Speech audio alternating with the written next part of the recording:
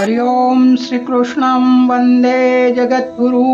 बोलिए कृष्ण कन्हैया लाल की जय। गीता ग्रंथनी जय, सनातन धर्मनी जय। केम छो मित्रों, मजामो ने? मारे गीता ज्ञान गंगा चैनल में आप सौ भाविक भक्तों स्वागत छे। मित्रों, श्रीमद भगवद गीता भगवान ना श्रीमुखથી નીકળેલી વાણી વક્તા સ્વયં ભગવાન શ્રી કૃષ્ણ, શ્રોતા અર્જુન સંવાદ નામે ગીતા ગ્રંથનો રોજ એક શ્લોકનું ગાન અને તેના અર્થનું રસપાન આવો આપણે સૌ સાથે મળીને કરીએ।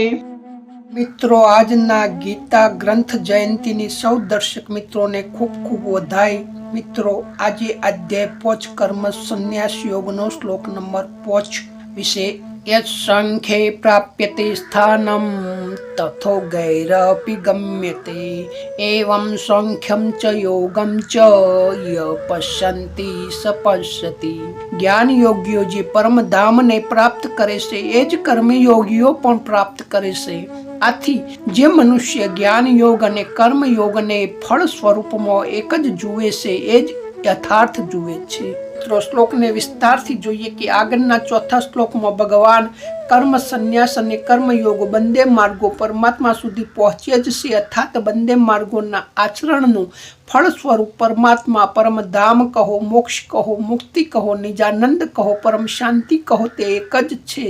परमात्माना धाम मोज छे अने बंदे मार्गोना एटले के कर्म संन्यास मार्ग एटले के ज्ञान योगी पण परम धाम ने प्राप्त करे छे अने कर्म योगी पण कर्म योगना आचरण द्वारा ए ज धाम ने प्राप्त करे छे एवुं आ श्लोक में भगवान कहे छे। आथी जे मनुष्य ज्ञान योग अर्थात कर्म संन्यास योग अने कर्म योग ने फल स्वरूपे एक जुए से ए ज यथार्थ एटले के साचुं जुए छे।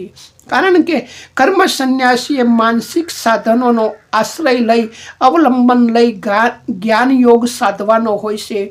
ज्ञान योग पूर्णताए पहोंचवानो होय छे एटले के तेने पण मानसिक कर्म तो यथा योग्य करवानुं ज होय छे। हाँ, शारीरिक कर्म संन्यास गणाय, कारण के शरीर साथे जोड़ायेला संबंधों जवाबदारीओ त्यागीने कर्म संन्यास लीधेलो होय छे, परंतु मानसिक क्रिया कर्म विना ज्ञान मार्गे पहोंचवुं पण असंभव ज छे। ज्यारे कर्मयोगी शरीरनी साथे साथे शरीरना संबंधों अने जवाबदारीओ निभावतो शरीर थी कर्मयोगનું આચરણ કરતા કરતા કર્મયોગના માર્ગ પર ચાલીને પૂર્ણતાએ પહોંચે છે। તથા આગળના શ્લોકમાં ભગવાન ખુદ પોતાના સ્વમુખથી અર્જુનને કહે છે કે કર્મ સંન્યાસ અને કર્મ માર્ગ મહારાજ દ્વારા સંસારના જીવોના ઉત્થાન માટે છે અને બંનેમાંથી કોઈ પણ એકનું આચરણ પૂરી નિષ્ઠા અને અવિરત કરતા કરતા જીવાત્મા મારા સુધી આસાનીથી પહોંચી શકે છે તેમાં લેશ પણ શંકા નથી। અને એવું પણ જે જુએ છે કે અર્થાત એ જાણે છે અને એ પ્રમાણે જ આચરણ કરે છે અને અન્ય પાસે કરાવે છે તે જ યથાર્થ જુએ છે, એટલે કે તે જ સાચું સમજે છે, સાચું જાણે છે, તેની સાચી વાસ્તવિક સમજ છે।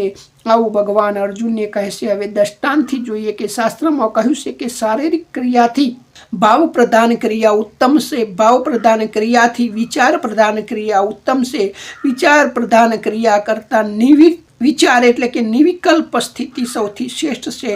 100% સાચી વાત છે, પરંતુ તેને માટે સૌ પ્રથમ શારીરિક ક્રિયાના અભ્યાસથી જ ભાવ પ્રધાનની ક્રિયામાં પ્રવેશ થઈ શકે અને ભાવ પ્રધાનના અભ્યાસથી જ વિચાર પ્રધાનની ક્રિયામાં પ્રવેશ થાય અને વિચાર પ્રધાનની ક્રિયાથી જ નિર્વિચાર અવસ્થાએ પહોંચી શકાય। વિચારને દઢ રીતે વળગી રહ્યા પછી તે વિચારને જ ડિલીટ કરી નિર્વિચાર સ્થિતિમાં પહોંચી શકાય છે। આમ ટૂંકમાં જે મનુષ્ય જ્ઞાન યોગ અને કર્મયોગને ફળ સ્વરૂપમાં એક સ્વરૂપે જુએ છે એ જ યથાર્થ જુએ છે। તો મિત્રો, કાલે ફરી મળીશું આગળના શ્લોકમાં। તો જોતા રહો અને જોડાતા રહો ગીતા જ્ઞાન સત્સંગમાં। સૌને જય શ્રી કૃષ્ણ, જય હિન્દ, જય ભારત, જય માતાજી।